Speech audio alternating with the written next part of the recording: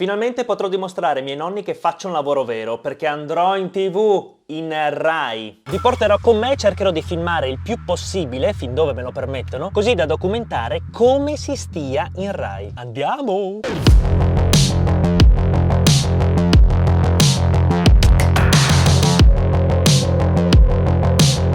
Ci siamo quasi.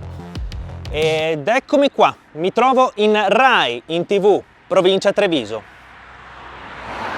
Ecco, allora il video sarebbe dovuto finire qui con questa gag esilarante, però dato che mi trovavo in questo paesetto piccolissimo, ho voluto un po' esplorarlo, scoprirlo e ho trovato una cosa molto particolare che adesso voglio mostrarvi. Intanto mi trovo a Rai, una frazione di San Polo di Piave, provincia di Treviso. Fa parte di quelle zone in cui non ci passi facilmente per andare da qualche parte e quindi per molti rimangono poco conosciute. Io stesso sono qui solo per il nome divertente e non avevo idea di quante cose ci fossero in queste zone. Qui ad esempio c'è una chiesa templare, qui a San Polo c'è una villa costruita su un antichissimo castello e a Rai, in questa frazione sperduta, nascosta tra gli alberi in mezzo ai campi, così come se niente fosse, è rimasta una torre medievale del 1300 che adesso voglio andare a vedere. Ho parcheggiato qua davanti alla chiesa, che poi vedo se è aperta, così ci faccio una capatina, e la torre è proprio davanti a me. Voi non la potete vedere perché mi sto inquadrando. Prima vado a vedere questa chiesa, vediamo se è aperta. È chiusa!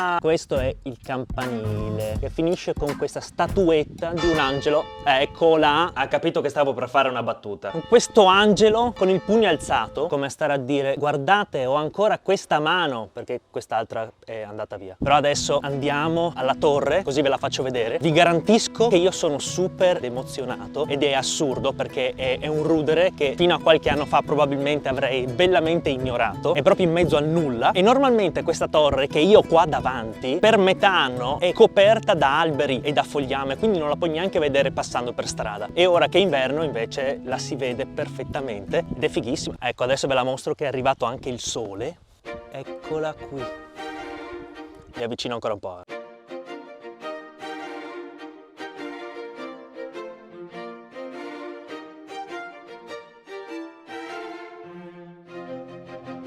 Allora, si tratta di una torre del 1300 e faceva parte di un complesso di fortificazioni un po' più ampio. La vedete questa montagnola sulla quale è costruita? Ecco, ho scoperto che si chiama Motta e chi è da queste parti avrà già sentito questo nome perché richiama Motta di Livenza. In pratica nel Medioevo alcuni usavano questa tecnica, no? Scavavano un fossato attorno al castello e il materiale lo spostavano all'interno, così da aumentare l'altezza, no? Era una pratica normanna e quindi le motte si concentrano prevalentemente al sud e al nord Motta sta più a significare un isolotto fatto con i detriti portati dal fiume. E a Motta di Livenza ci sono il Livenza e il Monticano che si uniscono. In origine era stato costruito anche lì un castello. E la cosa divertente è che tutti gli abitanti delle città che hanno Motta nel nome si chiamano mottesi, quindi ci sono veneti, siciliani, tutti mottesi, perché la Motta non conosce confini. Questa è la vista dalla Motta.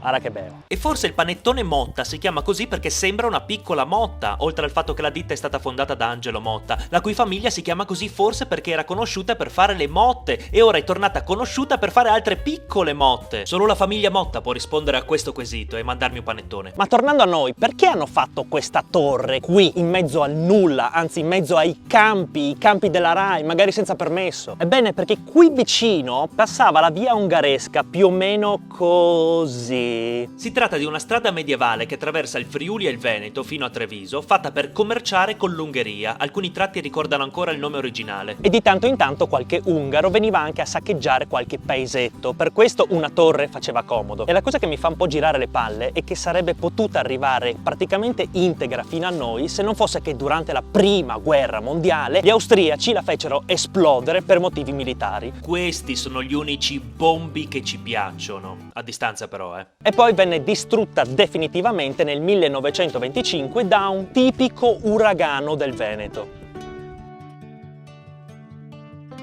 E questa era la torre della Rai. Mi rendo conto che possano sembrare veramente delle cose solo per nerd. No, c'è il fosso. Olio cuore! Ok.